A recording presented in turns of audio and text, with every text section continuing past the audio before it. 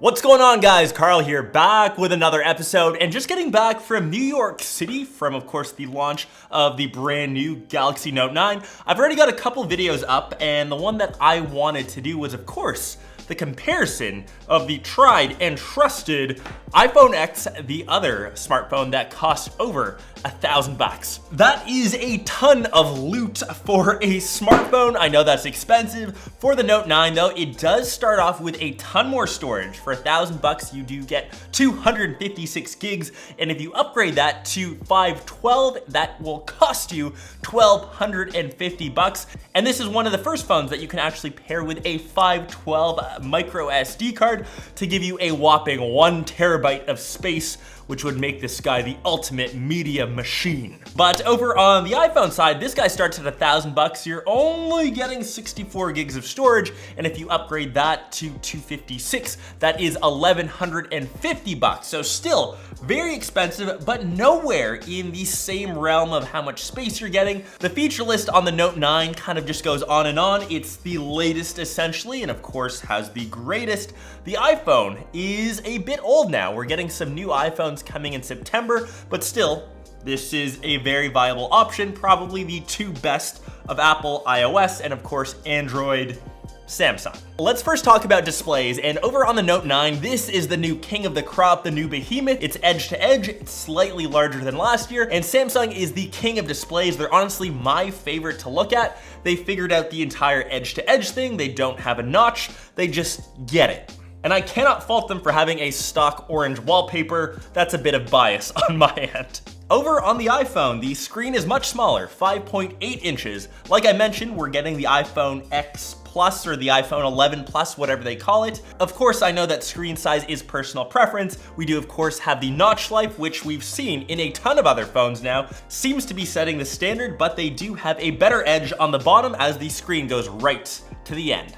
Over on the back, like we've seen in the last couple years, we're moving to a trend of all glass. They are very good looking right out of the box, and depending which colors you like, over on the Note, we've got a few funkier ones. We of course have ocean blue, we've got the lavender, the black, and of course amber, and you can see just through this video how nicely that catches the light.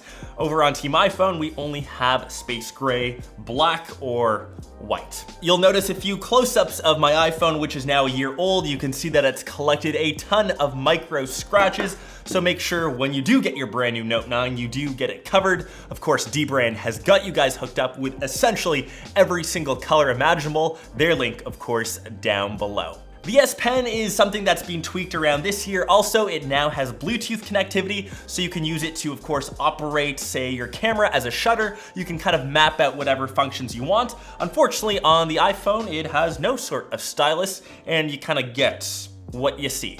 Something though that I think is so important is battery life. This guy, the iPhone, being a year old, 2760 milliamp hours, and it is awful, especially after having it for a year. I am constantly juicing this guy up throughout the day and will definitely not last. But this guy has a whopping 4000 milliamp hours. I'm sure they've tested it so no weird explosions will happen, and it is the largest one we've seen in a Samsung device. Expect this guy to be a champ and easily last you the entire day. I'm on a day and a half use and I still have 15%, and I've been using this guy a ton. The last thing, which is probably the most important, which I use my smartphone most for, is the cameras. On the Note 9, we're getting a lot of what we've seen on the Galaxy S9, S9 Plus. We do, of course, have the addition of the new AI algorithm. It does have a dual aperture camera, so either f1.5 to 2.4, depending how much light we have. Definitely helps out in low light situations. The iPhone X also has a dual camera, but no dual aperture. It is a 12 megapixel sensor as well. I will kind of let these sample shots speak for themselves. Let me know what you guys think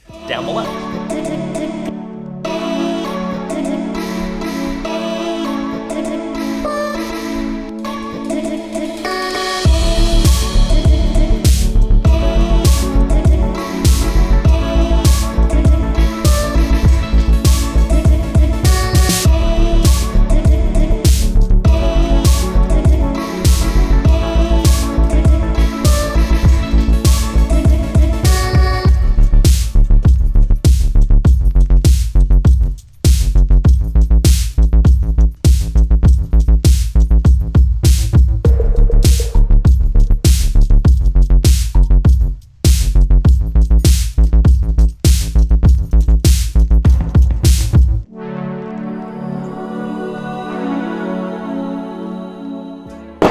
But yeah, that is the comparison of the two smartphones that are costing you over $1,000. I know it is a lot of money, but I try to tell this to a lot of people. For a device that you will spend most of your time on, I'm on my phones way more than say my laptop, my computer. You kind of want to spend that extra money and get a device that will last you for a couple years. I think both of these are definitely viable options. If you are leaning though towards Team iPhone, perhaps wait till September. But if you're in the market for a flagship Android device, this guy has all of the latest features and it is one of my favorites so far of this year. Excited to hear your thoughts down below, and if you want to see this guy compared against any other smartphones, let me know down below. You know where to sound off. I hope you guys though enjoyed this very quick episode, and I'll catch the rest of you in one of my next ones or in one of my vlogs. Peace!